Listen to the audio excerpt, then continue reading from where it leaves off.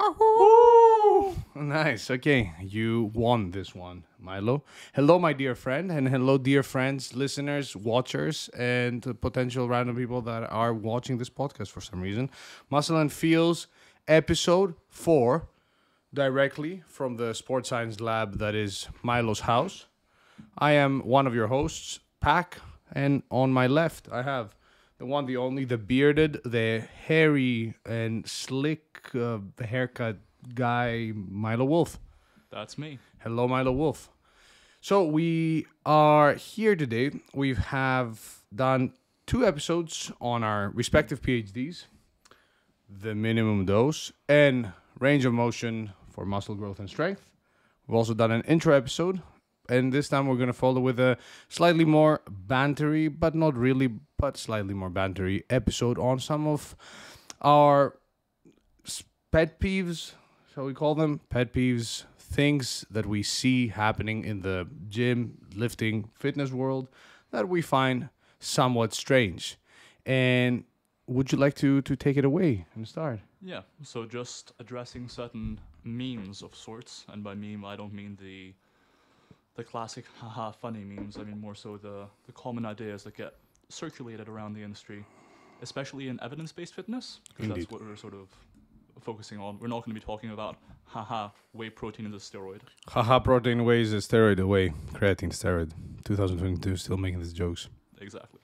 So I'll just be talking about certain memes that get circulated around and hopefully discussing them a little bit, both in a lighthearted way, but also in, look, this is what the science says. I know we said we had 2 science-based episodes, and we're never going to do another one, but we're back. It's strong in us. And Pak is drinking water.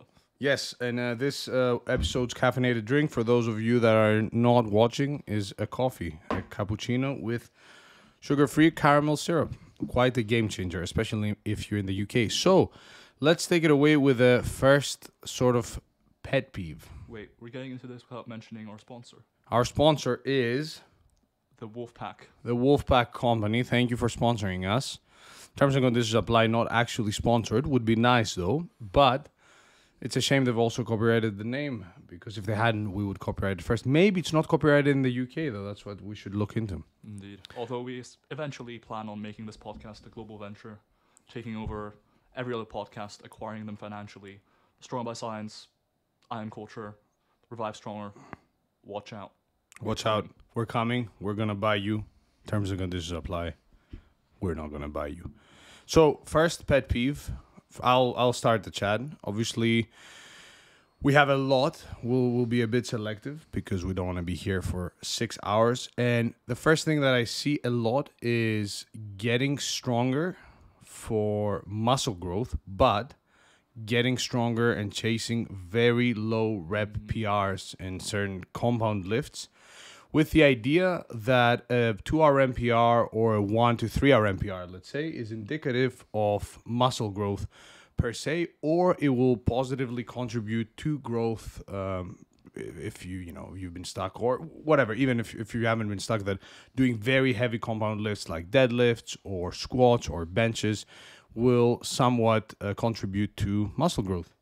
Yeah, I think this has been an idea that's been adopted even within the evidence-based quote-unquote fitness community, mostly as a result of that one study, if you recall. The strength cycle before hypertrophy study? Exactly that study, my good co-host. What is the name of the study? I could not tell you off the top of my head. It came out in late 2020, I believe. So, sorry, ADHD. I was presenting at a seminar in Athens, and along with Brad Schoenfeld and Menno Henselmans, and Menno finished his talk. It was a nutrition talk, and one of my friends, Chris, asked him a question about a specific study. Really, really good question, and it was funny because I was like, let's see what he's going to respond. And he did not only know the study, he knew every little detail of the study by heart. And it was very funny to watch him respond. So I was expecting something similar here, but turns out we're not up to that standard yet, Milo. We're not. Not even the title. I get compared to Menno Henselmans too many times. Do you? Yeah, if you look at, for example, the iron culture comments on the episode I was on, I have at least 3 different people saying I look like Menno, or that when they close their eyes, this one comment, shout out to you, whoever you are, who said, that when they close their eyes, they hear Menno. When they open their eyes, they see a Spartan warrior that has a great intellect. Nice. You are a Thank Spartan you. warrior. Shout out to you. Sparta, by the way, huge deal historically. Now, a really, really boring place. Like just some random town. Haven't been, won't go. Won't go. Indeed. Take that, Sparta. Crete, independent Crete. Now, okay, so, yeah, the one study that showed, remind me of the results, because what I remember is that one study came out, typical, as per usual, a lot of infographics and people jumping into extreme conclusions, but there were some really heavy limitations there, weren't they? I can't recall the limitations off the top of my head. What I can tell you is the results were essentially, I want to say they did like either 12 weeks straight of hypertrophy training, or they did a 4-week strength phase followed by 8 weeks of the same hypertrophy training, and the group doing the strength phase fast saw greater muscle growth and greater stuffs in general. Mm-hmm. The effect sizes, from what I can recall, were quite large, and that was part of the reason why it was being scrutinized. So, long story short, and this is some insider info for our dear listeners and watchers, when it came out, within the first few days, there was a group of people, myself included, some of which you may know within the industry, but I won't name drop. Name drop them. No, who were a bit skeptical of the results and did some digging. And long story short, it wasn't the most robust paper ever. And given that it's the only paper of its kind that really provides support for the idea of getting strong before lifting for muscle growth, that sort of getting stronger, potentiating further hypertrophy training, that idea, I just don't really buy into it. And I think in general, it really runs counter to most things. Yeah, it's something that other researchers have mentioned, and the rationale to me is not very clear, because the rationale is, okay, I understand how somebody who has just started training, the idea of, hey, get stronger first so that then you can do more and build more, is an idea that, okay, might make some sense, Yeah, it's somewhat logical. I think there are two rationales that get brought up most of the time. The first one is greater volume. So let's say you get stronger, right? Your 1 rep max goes up, and thus, let's say you're going to do 5 by 10 at 70% of your max. Mm-hmm. Relatively speaking, 70% of your max would be more weight because your max increased. Yeah. And so your volume across those hypertrophy sessions would be higher, quote unquote, than if you're just done hypertrophy training previously. And the second rationale, I think, relates in part to lower volumes being performed during the strength phase, leading to resensitization to training. And thus, when you enter a hypertrophy phase again, potentially you respond better to the same volume and thus see more growth. Kind of like when you've never lifted weight before, you're super sensitive to training, and thus you see really good results. Yeah. And kind of emulating that condition by training with lower volumes for a while, and then getting back into higher volumes and seeing greater response as a result. So yeah, I think those are the two rationales that commonly get thrown around. Yeah, and those don't make much sense in terms of, because people are phrasing it as a strength phase. You can also just, if you want to be more sensitive to volume, which, okay, this is also something that is completely theoretical, you could just start and slowly build up, right? I wouldn't say it's completely theoretical. There is some evidence in support of it, like, for example, the studies where they discontinued training for 3 weeks. Like, that's true. What's That's the true. study name again? What's the author name? You've The Japanese authors, I'm pretty sure. Wow. Unless I'm being racist here. Wow. I apologize if I am. I thought I had the genius next to me. Turns out just two dumbasses on this podcast. One training cessation study where they had people train for either 18 weeks straight, Yeah. or 6 weeks on, 3 weeks no training, 6 weeks on. And they 3 both weeks no made the training. same gains, right? Exactly, in both strength and hypertrophy, I Wow. want to say, off the top of my head. So there is some evidence that taking some time off can, at the very least, not hurt your gains. And maybe if done in the right way, sort of periodized appropriately, might even enhance your results as a whole. Yeah, but sure. But would you say that that's rationale enough or evidence enough to say, hey, strength phase? Hell no. I think if you have strength goals and hypertrophy goals, fair enough. But that can be a decent approach. However, if you genuinely just want to maximize hypertrophy, you're much better off just taking a low volume phase, but still working in the productive rep ranges instead of doing sets of 1 for hypertrophy somehow, question mark. Yeah, that's another comment I want to make. One, you could also do both simultaneously. So if you wanted to, let's say, increase your 1 rep max on the squat, deadlift, bench, whatever, you could, or you wanted to work on lower rep ranges on some stuff, you're not going to be missing out on hypertrophy gains per se. You know, if you're doing sets of 5, and that's another thing. Like, what does strength phase mean? Who defines that? Because for us, we'll immediately think 1 RM strength, so very specific, very skill oriented, etc. And for other people, it may be 4 to 8 reps. Fair enough. For a second there, I thought you were suggesting doing singles before your main work if you want to gain strength, but also focus on hypertrophy. You could do that, And yeah. I thought we were about to get into a heated discussion around singles in the off season, where generally I'm not a fan of doing singles for powerlifters in the off season. Are you a fan of the off season for powerlifters? If by the off season you mean focusing on building muscle in the areas that need it, yeah. Yeah, I mean, it depends on the lifter and their strength level, how far away they're from comp. But Yeah, sure, but I think would you I be don't know. against adding a few lower, not low, but not super high RPE singles if they liked it and if it was part of let's the plan? discuss the pros and cons, I guess, here. The pro is you're being more specific. You might have higher 1 rep max strength in the off season. You might feel more confident when it comes to competition because you've been practicing singles for longer. Those sorts of things. Mm-hmm.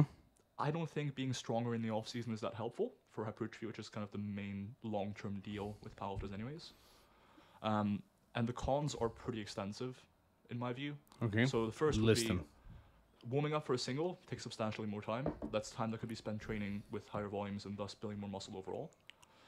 The same argument can be made for fatigue, where doing a single is additional fatigue that could be instead, quote unquote, used up on higher repetition sets that actually build muscle and with more productive exercises for muscle growth as well. Because realistically, bro, a lot of people, their bench, they're not getting any old muscle lengths, you know? Because of their new- arch. Indeed. Maybe under the new IPF rules, TM, check episode 1 for more information on our opinions on the new IPF rule change on the bench. But generally, the main compound lifts are not designed to be ideal for hypertrophy, and doing a set of 1 is very much not ideal for hypertrophy. And so, both from a fatigue and time perspective, it's taking away from additional muscle growth Mm-hmm. to the gain for the gain of extra strength in the off season, which you don't need because you're not on the platform per se. Okay. And also in general, you do see that more. I think this generally holds true, and I'm open to it not being true. And that's the idea that too specific training and heavy training might increase injury rates. So, for example, we see that in bodybuilding and strength sports, injury rates. Well, in bodybuilding, injury rates are lower than in strength sports, and strength sports generally have more specificity and heavier training, like, for example, strongman, weightlifting, powerlifting. And so I think you're also potentially slightly increasing injury risk by always having some pretty specific work in the program, or at least increasing specificity needlessly. So I think it's time, fatigue, and potentially a slightly increased injury risk, although the third one I'm a bit skeptical of. Okay. I mean, sure, I hear you. It's just that I wouldn't be absolute about it in terms of, hey, no singles whatsoever. I agree. The pros, I'd say, so if you have a few singles and you have lifters that are not, world record holders who will need hours and hours, they will need a lot of time and potentially a psychological preparation as well to warm up to a single. And it's a bit lift dependent, right? Because it's different to do a heavy squat single versus a bench single. I think for some lifters, it may benefit them psychologically. Yeah, fair enough. But then that is, I think, truer than saying the opposite, which is to say it may benefit lifters to just do sets of 5. I think your point is truer than the opposite, right, because there's an alternative. But I think mostly nowadays, it's being done for preference and or cultural placebo of, oh, I'm doing singles or P8, let me up the weight, It's mostly being done out of conformism almost. I get that, yeah. You won't be losing, you'll probably be gaining strength, even maybe not as specific to 1 RM, but the transfer will be there when the time comes if you're doing sets of, 3, 4, 5 reps. But at the same time, again, there are cases where a few singles, in my opinion, can have some value, and they, like, unless you're overdoing it, they're not going to be taking away ton away from potential volume that you can do. I agree for sure. Especially if your exercise selection is on point with everything else. I agree, but then for most people, you have one of two constraints. Actually, for all people, either time available. Let's say motivation isn't an issue, right? It's either time available or how good the recovery is overall, right? And so any set you're doing that isn't the most conducive to their goals is taking away from that a little bit. So either it's wasting time, not wasting time, but misusing time that could be spent doing more productive training instead, aka a set of 5 or have you on the same lift. Or it's wasting recovery resources, which could instead be spent recovering from more productive sets or exercises, like for example a set of 5 on close grip bench instead of doing a set of 1 on a wide grip bench in the off season. I hear you. The only issue is there is that there's the assumption that optimizing muscle growth will optimize powerlifting performance in the long term, rather than a toggling work to being 90% hypertrophy and then having that 10% one arm specific. Sure, I just think that because powerlifters are being plenty specific in the weeks and months leading up to meet already. Yeah, 3 months of. And they're diminishing returns with that stuff too. Like not you're acting, but in general, I think sometimes people think that muscle growth is super slow, and it is, especially as you get more advanced. But technical returns or neuromuscular improvements on additional specificity, like let's say doing singles only last 12 weeks before meet, or doing singles year round, I'm not sure you'd see much more benefit of doing singles year round as far as technique and neuromuscular stuff goes. Yeah, I agree. Especially if you're not planning on doing a 12-month off season and then have a 3-week prep. Yeah, for sure. Nice.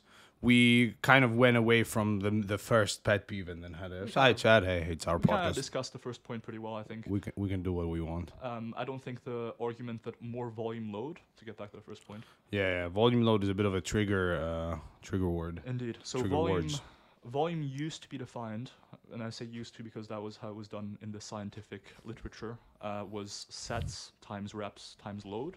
And sometimes times RPE, or load could be replaced by RPE, for example. Or percentage 1RM. Yeah, like a variety of approaches. But generally, that approach suffers from a lot of limitations. And the assumption that more volume load is better for muscle growth is very flawed. Especially when you don't account for the exercise being used, or the rep range being used, or et cetera, et cetera. And just because you have a high 1 rep max, and thus are using more weight for your, say, sets of 5, does not mean those sets of 5 are going to grow you more muscle. Yeah, plus what I don't get is, okay, you could do another set of 5. Indeed. And if exceed the volume. If nothing else, you could argue the opposite. So you could argue, the person became more advanced. We know generally as people get more advanced in terms of strength, etc., their gains slow down. So all else being equal, namely same RPE, same rep range, same everything, you could argue, I should now see fewer results because I got stronger beforehand. Whereas if you did a set of 5 when you were a bit weaker or a bit less trained, maybe you'd see more results. So it's a very weak rationale and not one that's been studied directly. We've never really directly looked at it. It's been parroted a lot. Exactly. We've never directly looked at volume load and how that within a training session impacts hypertrophy long term, right? Like within a given training session, comparing the same exercises and so forth. Yeah, greater volumes up to a point seem to be somewhat better for hypertrophy. Somewhat as well, it's not a day and night difference.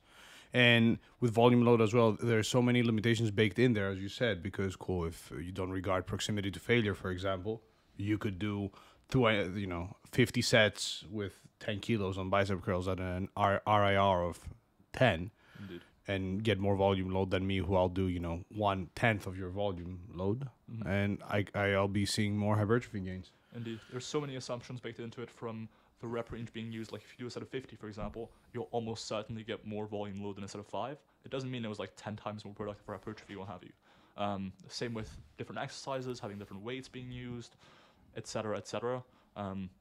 So it hasn't been studied to any meaningful extent, and so to see that rationale being bandied around in support of strength phases for hypertrophy, just kind of, Yeah.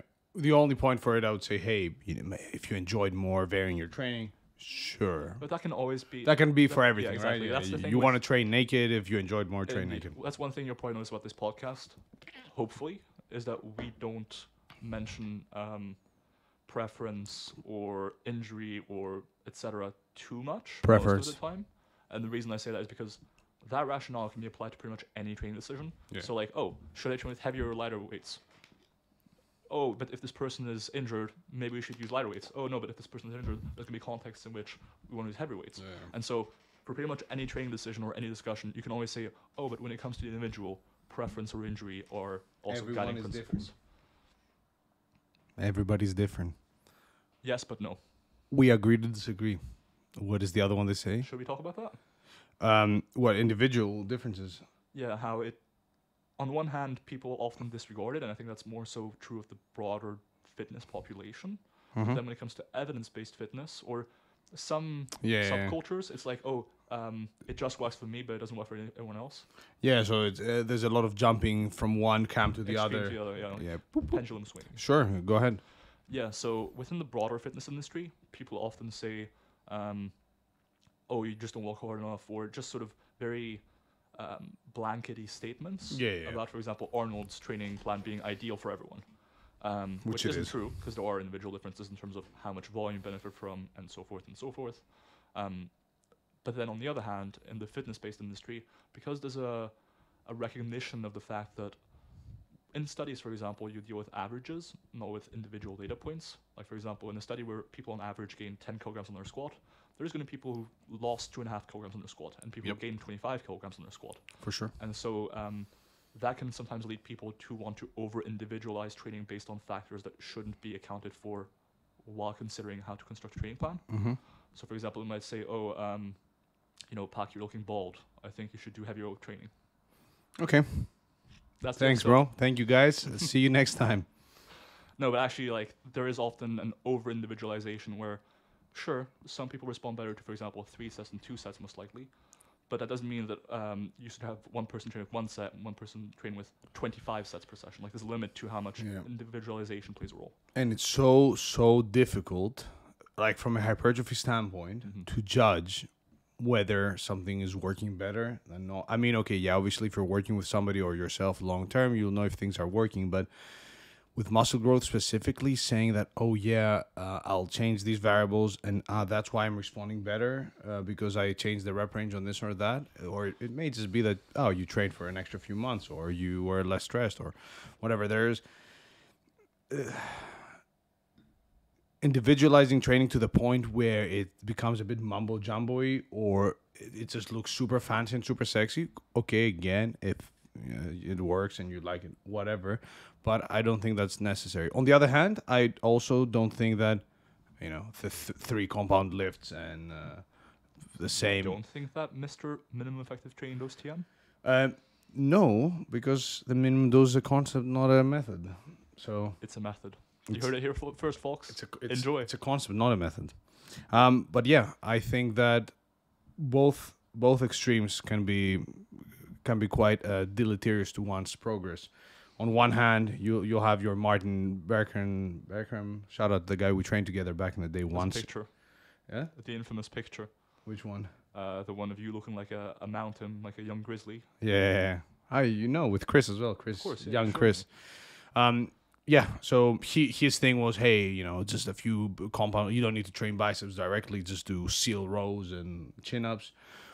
Okay, the guy had an extreme physique and was extremely strong, but for a lot of people, that approach is going to be extremely limiting, especially after a certain point. And on the other hand, you have your freaks who have a template that has so many different variables modified and exercise selection and supersets and drop sets and this and that. Yeah.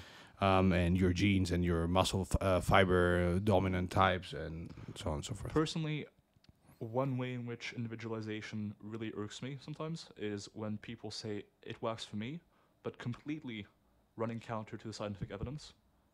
So, like, for example, let's say, for example, energy balance, calories in, calories out. They are factual. Fact. Okay, Lane Norton. Don't let them trick you. Yeah, go on. Some people will say, oh, but, I eat 4,000 calories and lose weight. And they make a statement that, oh, I'm not calorie deficit, but I'm losing weight. It works for me, And sometimes individualization or difference between people can be used as a rationale for, or like as an argument almost. Like, oh, but it works for me, thus your almost scientific truth cannot be correct. Yeah, it's a reductionist sort of approach to any sort of topic. It's the same as, oh yeah, we just have different views, Yeah. No matter how you can look at it from the typical picture with a 9 drawn and It was one guy looking at it from one side and it's a 9, and the other guy is looking at it from the other side and it's a 6. And then the guy edited over the picture and he's like, no, somebody drew that number. It's either a 6 or a 9. It's not both. But yeah, it works for me. It doesn't say much. And a lot of things can work for a lot of people, even though they may not be optimal or they may be going against scientific evidence, right? 100%, 100%. I think that brings us to a different topic. Nice segue. Thanks. Which is success leaves clues. Yeah, that's been parroted around a lot. And even though there is some truth to the statement that, hey, if anybody is successful in any sort of field, there may be something to that. There may be something to take away from that. It may be, their mindset. It may be their approach to training. There may be something. But we have seen that a lot in the natural and not just natural, in the more, I want to say, thinking bodybuilding world, but it's kind of the evolution of the bro, where it went from complete meathead to now we're just throwing around words like posterior chain and density, tissue. So that sort of crowd. Have you purchased your AJ Morris notebook yet? Yes, a whole box of notebooks. I hear it. It matches well with the watch. Yes, what watch? So back to the whole success leaves clues. So we see that a lot in terms of, hey, look at X bodybuilder who is a genetic freak on a lot of PEDs and has been training consistently and extremely intensely for years and years and years. Look at this one particular trait, ignoring every other co-founder, every other variable, everything else that could have affected their success. And we will just pick that one thing that fits our bias or our preference, and we'll follow that guy as an example, guy or girl as an example, just because they're a successful bodybuilder.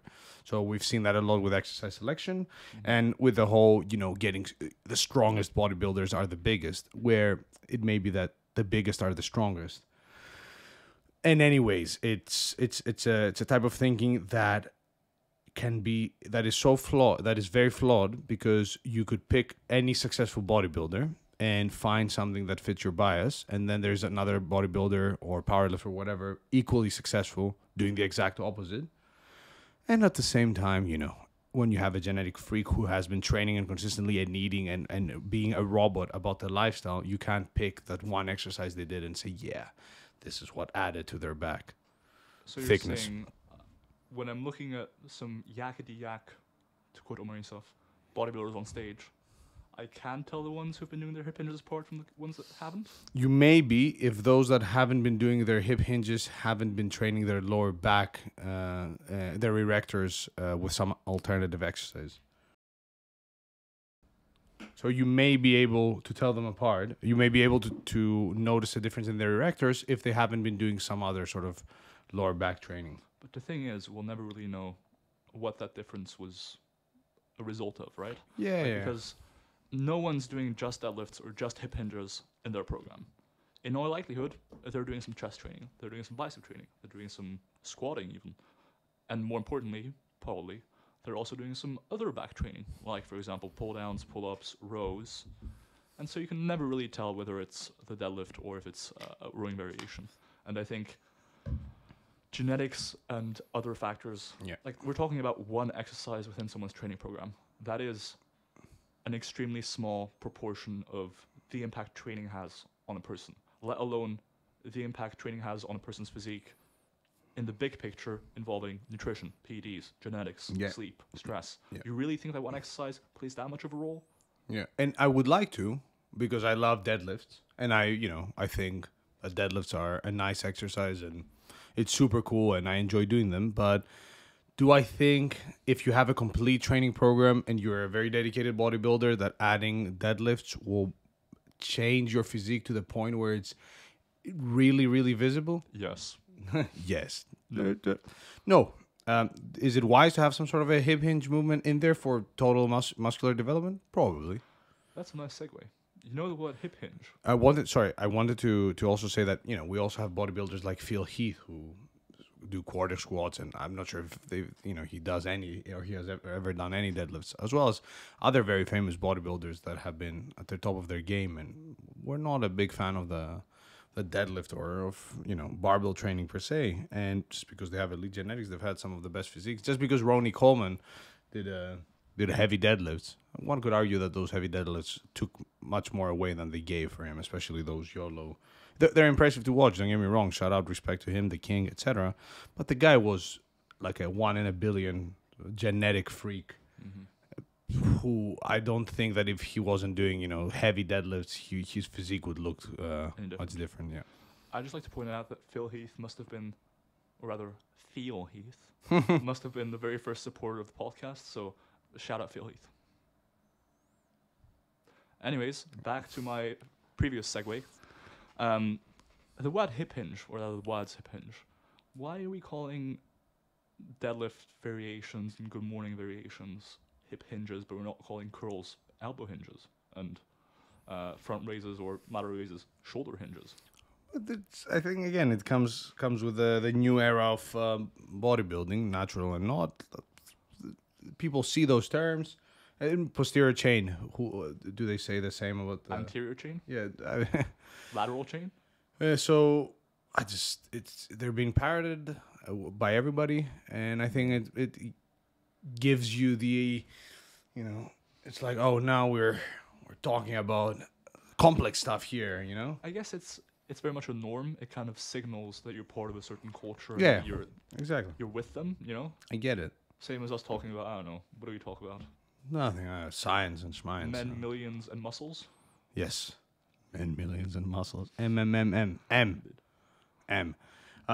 But yeah, I think people want to belong, and it's the same with the dressing. Everybody's dressing the same as well.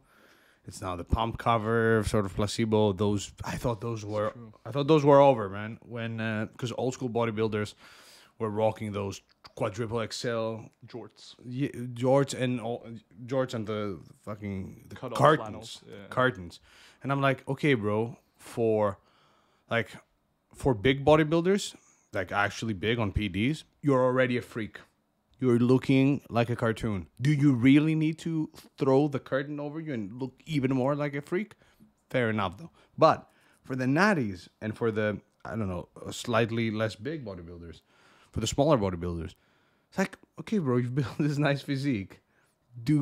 Is it necessary to go full circus mode? Maybe you like it, go again. If you like it, do you, bro. Hey, just do you. Just do you. But I'm like, cool.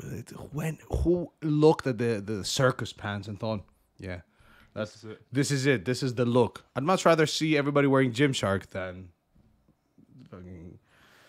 Yeah, there's no Gymshark. I don't know. I expected Gymshark in here. Bando baby support. Yeah, this isn't Gymshark. This is much better. This is a 15 pounds cheap hoodie where I put my logo on it. For the and yeah, you also see it with the notebooks, and that's another segue I want to make. The notebooks, the lingo, the pre-training picture, oatmeal. Yeah, there's this certain brand of amateur bodybuilders. Not even necessarily amateur. Black and white filters, a picture of their spreadsheets with the word check-ins on it. Yeah, the check-ins. And it's just a vibe, it's an aesthetic. It's an aesthetic, cool. Let us not be complete haters. Let's be haters. Let's be haters. I was saying it and regretting it, Okay, guys, time for personalities.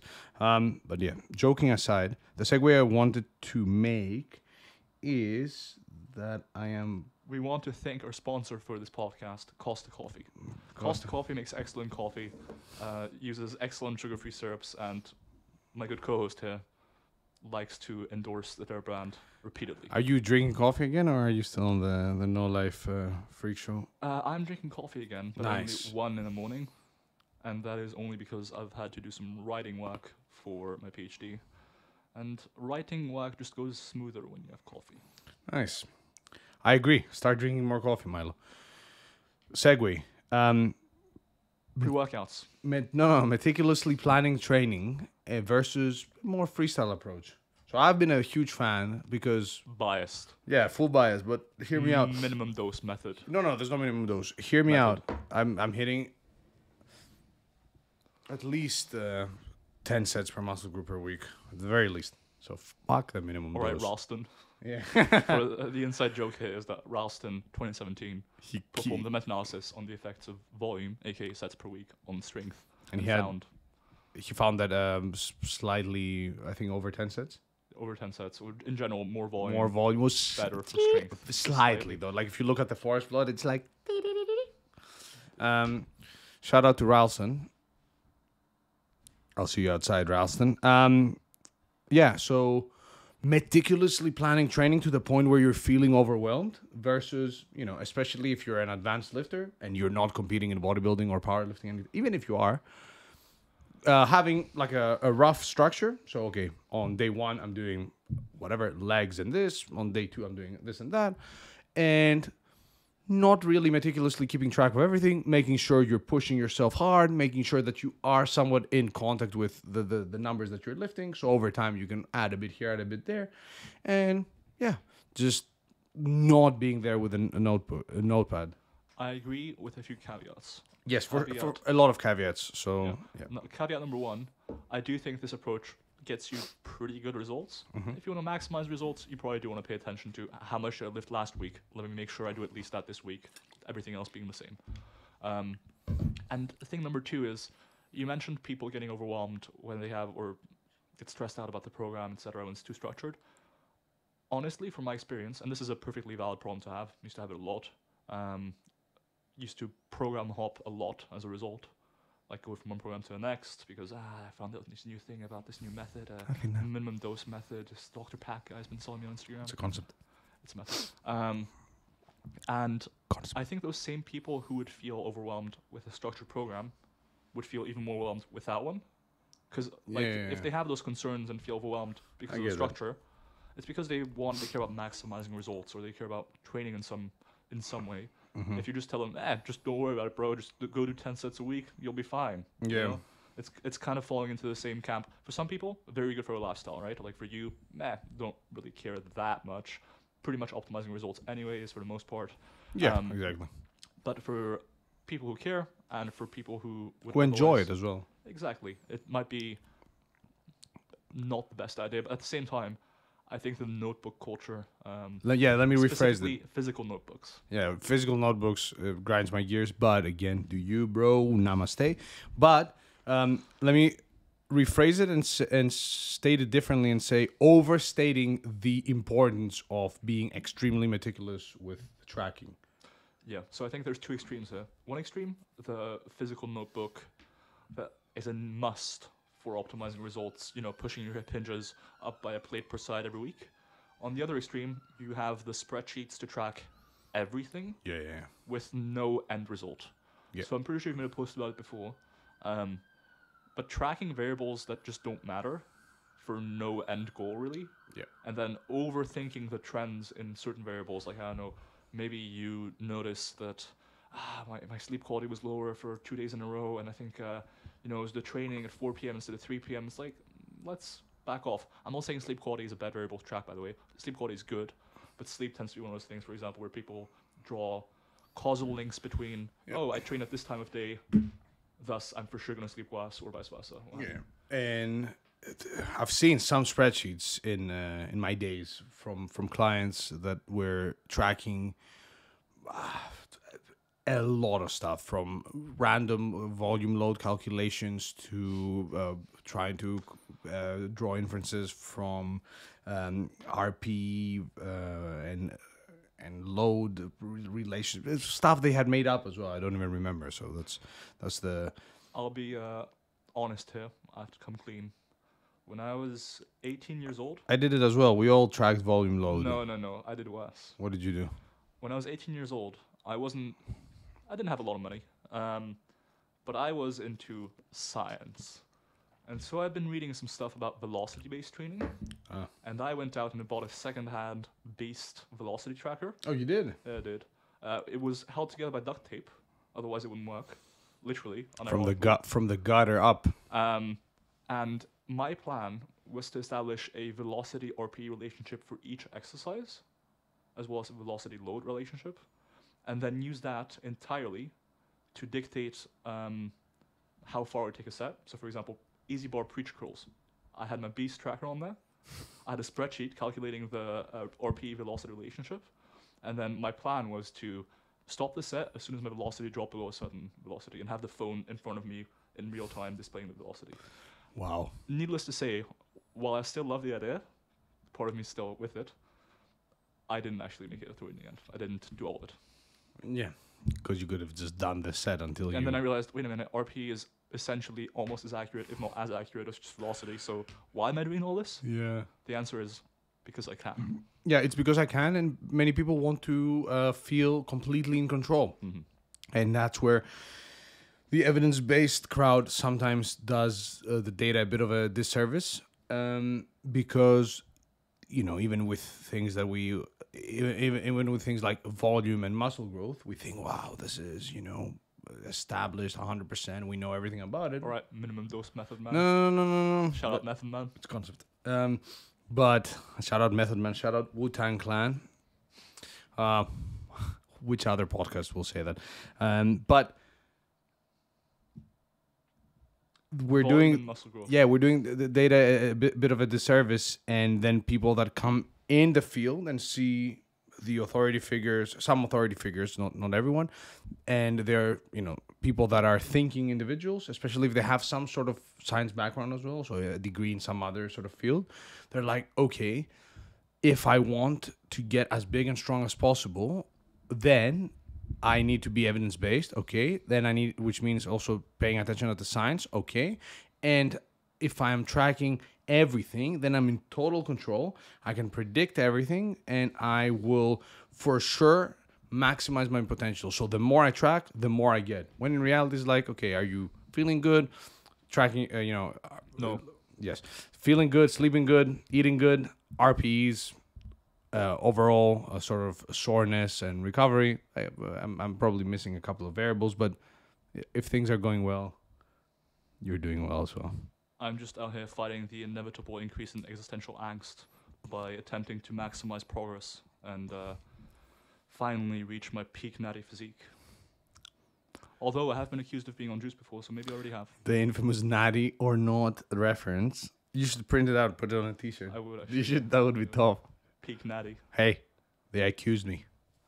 Indeed. There was a comment that said, wish we could get another angle, because this could be peak natty, honestly. But on stage, you looked great. There were some shots that people in Greece, for example, where standards are much lower than here. Yeah. Wow, that's another discussion. So another pet peeve that I wanted to bring up, I'm saying it, it's the whole it's 80% diet, 20% training, or whatever split you want to call it. When in reality, especially when talking about muscle growth, it's like 95. So nutrition is permissive of training, which means if training is in place, nutrition can help you build muscle and gain strength. And not if training isn't in place, no matter how much protein you have, you're not going to be building much muscle. Sorry. You can lose fat, but if you're not training, you talking also about muscle growth and strength. Yeah. Fat loss, calories in, calories out. See you in court.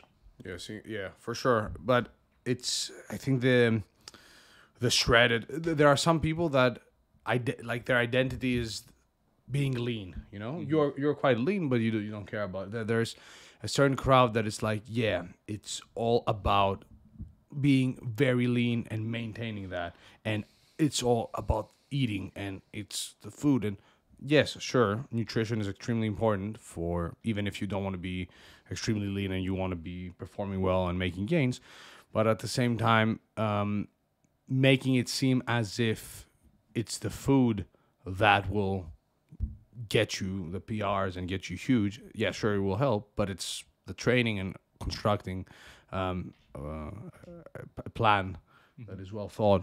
I'm just rambling here. Yeah, no, I think the reason why this happens, in part, is because when you get that lean, like when you get to, say, consistently sub 10% for men, and maybe consistently sub like 18% for women or something, 20%, your relationship with food and your relationship with training start changing a little bit for most people. Yeah. Training when you're below 10% body fat, and especially when you're not bulking, if you're cutting especially, it's just not as fun. You know, like you don't make PRs much anymore, usually. Training kind of feels worse overall. Like you don't get crazy pumps. Your joints hurt a little bit more usually. Like a lot of bad things happen when you get too lean. And that can very much be felt in training. But on the other hand, your obsession with food grows and grows. And so I think at that stage, if you're like 8% and you're talking to people about how to look your best, you're probably more inclined to talk about how it's 80% nutrition, brother. Yeah, you want to also justify the struggle. Yeah, indeed. Yeah, exactly. Like in your mind, it's a big thing. You're struggling. You're not enjoying eating out with friends and so forth as much as other people would. And so I think you're justifying your own struggle and you're representing it how you see it. Yeah, ultimately. For sure. Cool. Yeah, that's what I wanted to say, because it's something that is being parroted quite a lot, and I think, especially for muscle growth, it's completely untrue. I thought you were going to go a different route. What? When I was talking about, well, first you were talking about my pictures on stage, and then I thought you were going to go the word conditioning. Yeah, the word conditioning, but it's not really a pet peeve. It's more like a slight. It's me being an old man. It's conditioning, but I can't. That's how everybody calls it in bodybuilding. I can't. If I was like a Mr. Olympia, I would be a bit more aggressive. You're Greek. Huh? You are Greek. Yeah, so Mount Olympus, we invented Mr. Olympia, so you're welcome. But Mount Olympus is your belly. Huh? Mount Olympus is your belly. Yeah, exactly. My chest, actually, not my belly. Where's the camera? He can do it. For our listeners, he is currently trying to balance a bottle. He has successfully balanced a bottle of water I ain't on trying his chest. shit. It's on there, and it will stay there until I finish this statement. So, the word conditioning is a bit triggering to me because when I hear failure. Yeah, it was somewhat of a failure. When I hear conditioning, I'm thinking, somebody who is conditioned to perform physical tasks, etc., etc. And in bodybuilding, that means super, super, super lean. Which okay, fair enough. That's the bodybuilding term for it. But it's funny because when you're super conditioned, you're the least conditioned. Yeah, it's funny though because the word condition in itself doesn't really refer to endurance in any way. Yeah, that's true. Condition. It's how something is. Yeah, that's true. That's true. So hey, shout out to the strength and conditioning coaches. We're after you. You're We're gonna be after called strength and stamina coaches soon. Strength and stuff. Strength and conditioning and its effect on sport performance. That's another one. Oh boy, big rabbit hole here where we have little to no education on. Well, enough to say a lot of claims are bullshit, but not enough to say exactly which claims are bullshit and why. Yeah. I've taught strength and conditioning at uni. So have I. Have you? No. Psych. But I think it's similarly to fight sports. A lot of the training methods and a lot of the drills and a lot of the stuff that is being done is not necessarily deleterious, but a lot of it is just guesswork at best. Mm-hmm. Which is the case in bodybuilding as well to a certain extent. Maybe less because there's less variables. Yeah, probably less. I think bodybuilding is honestly a lot more science-based than strength conditioning sometimes is. Sure, because it's just, muscle growth and fat loss, and it's as simple as that when you have a multitude of athletic qualities to develop. Yeah. Plus, there's a skill element, and how do you go about improving a footballer's whatever? Change of direction. Change of direction, yeah, sure, there's some drills. And actually, no, there's two things I want to bring up specifically with strength conditioning. Okay. The first is making training in the gym overly specific. Huh? So for example, as a good or bad thing? Bad thing. So for example, banded running forwards for like boxers or like step-ins, that sort of overly specific work. It's kind of a weird thing, right? Because you think about the specificity continuum, where on the one hand, on the very, let's say, right hand side, you have boxing itself, like right, a fight, and on the very left you have like not doing anything, the least specific thing you can do. And that's kind of in the middle, but oftentimes that's where you don't get the best of both worlds. The best of both worlds is getting, your increase in muscle mass, endurance, etc., from activities that best stimulate that, but then also getting some specific work in form of actual sport practice. Yeah. Namely, being in the boxing gym and doing your thing. And I think this generally applies to even like skipping rope potentially and that sort of stuff. Where like you're not really being specific, but you're not also using the best modality because it's quite skilled as a thing. Obviously, past a certain point, you get used to it, etc. Yeah. But it's relatively skilled for a cardio method, so it's not the best way to increase endurance for the ring. Yeah. So it's kind of again one of the middle things. And the second thing I wanted to bring up was just thinking S&C coaches have like this really specifically defined rationale for doing something. Yeah, that's like true. Yeah, we're doing this in the gym, so it's going to improve this. Probably not. It helps the athletes though, in sense that Placebo. yeah, full on. Like, because if we look at the top athletes in the field, I'm pretty sure we can look at their S&C training and say, and throw question marks. Okay, I don't think we would see horrible stuff. Maybe we would. I mean, Joel Seedman is training super high level athletes, unless there's some sort of cap going on there. But Might be.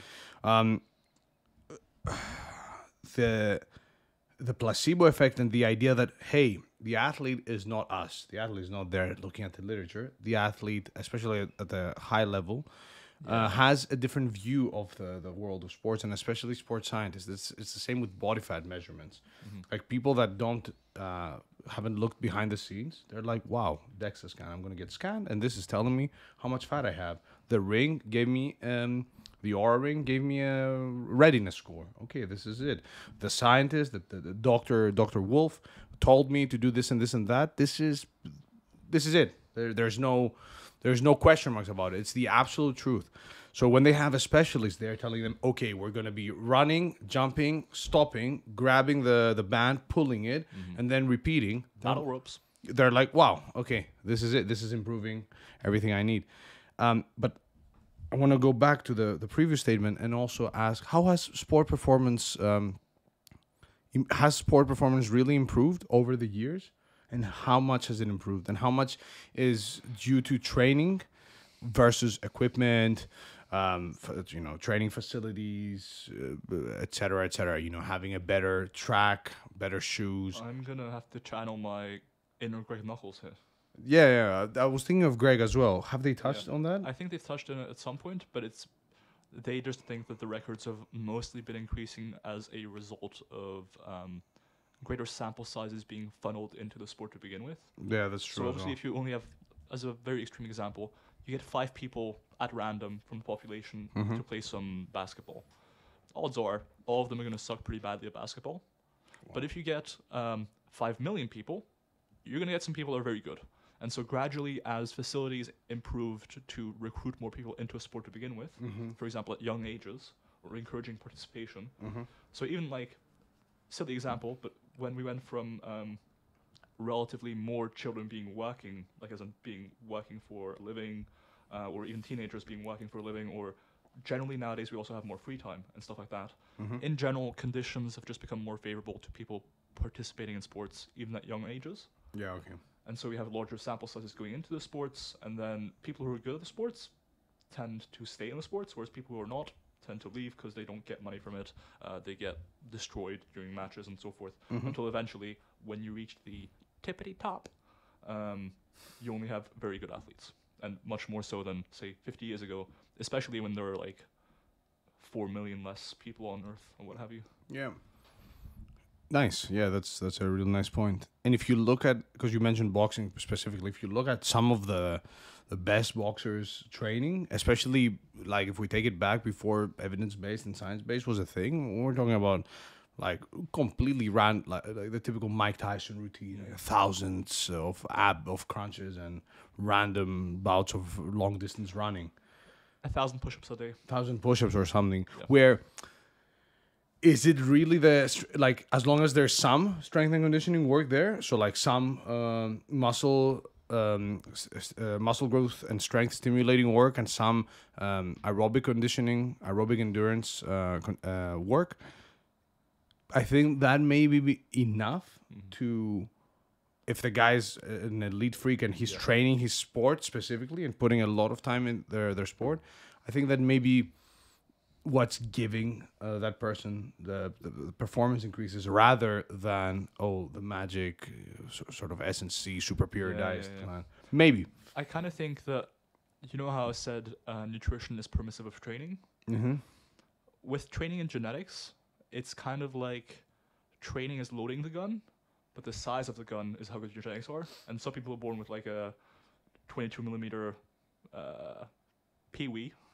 Mr. Gun over here. Indeed. And other people are born with, whatever, a bazooka. You know, like it's a very different ball game. And sure, you can have the same training, and let's go and load the gun. But then the size of the gun and hence how powerful and so forth it is really just going to be down to the individual and their genetics. Yep. Yeah, for sure. Nice. Start? No, I think we can wrap it up. We can wrap it up. All right. So, peace. Wait, See you later. let's clap and. Let's clap these cheeks while we What? twerk. Clap. Why clap? Because we had like a slight awkward moment, so if we clap, you can synchronize everything again. Okay.